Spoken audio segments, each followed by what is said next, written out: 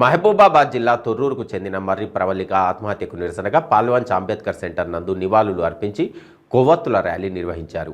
ఈ కార్యక్రమంలో కాంగ్రెస్ పార్టీ పట్టణ అధ్యక్షులు నూకల రంగారావు మాట్లాడుతూ ముమ్మాటికి ఇది ప్రభుత్వ హత్యేనని, డిఎస్సి గ్రూప్ 2 పరీక్షలు వాయిదా పడడంతో మనస్తాపానికి గురై హైదరాబాద్లో శిక్షణ పొందుతున్న ప్రవళిక ఉరివేసుకుని చనిపోయిందని, దీనికి ప్రభుత్వమే బాధ్యత వహించాలని అన్నారు.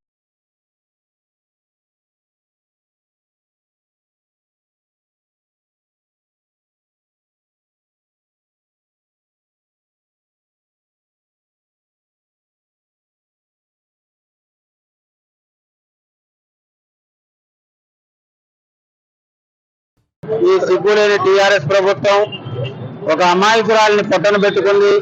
ఈ విధంగా నిరుద్యోగులతో ఆటలాడుకుంటా ఒక ఏదైతే చేతగాని ప్రభుత్వం కనీసం ఈ కాంపిటేటివ్ ఎగ్జామ్స్ పెట్టలేనటువంటి సర్వీస్ కమిషన్ బోర్డు దీన్ని రద్దు చేయాల్సిందిగా మేము డిమాండ్ చేస్తున్నాం.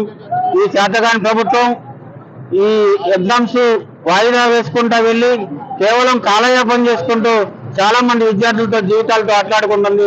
ఎంతో మంది అమాయకులైనటువంటి గ్రామీణ యువతులు కానీ అన్ని వదిలేసి అప్పులు చేసి హైదరాబాద్ లో కోచింగ్ సెంటర్ల చుట్టూ ఉండి మరి హాస్టల్స్ లో ఉంటూ చాలా మరి దుర్భరమైనటువంటి జీవితం గడుపుతూ ఎంతో కష్టపడి పరీక్ష రాస్తే మళ్ళీ దాన్ని వాయిదా వేయటం ఇలాంటివి తాళలేక ఈ రోజు ఒక యువతి ప్రవళిక ఆత్మహత్య చేసుకుంది.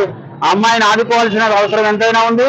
అమ్మాయికి కనీసము 1 కోటి రూపాయలు ఎక్స్గ్రేషియా ప్రకటించాలి ప్రభుత్వం. ఈ చేతగాని ప్రభుత్వం వెంటనే గద్దె దిగాలి.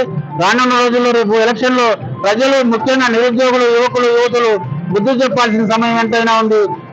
కాబట్టి మేము కాంగ్రెస్ పార్టీ తరఫున దీన్ని ఖండిస్తూ రానున్న రోజుల్లో మరి ఒక క్యాలెండర్ పెట్టి ఈ ఉద్యోగాలన్నింటినీ నింపడానికి మాకు వచ్చే కాంగ్రెస్ ప్రభుత్వం కృషి చేస్తుందని తెలియదు.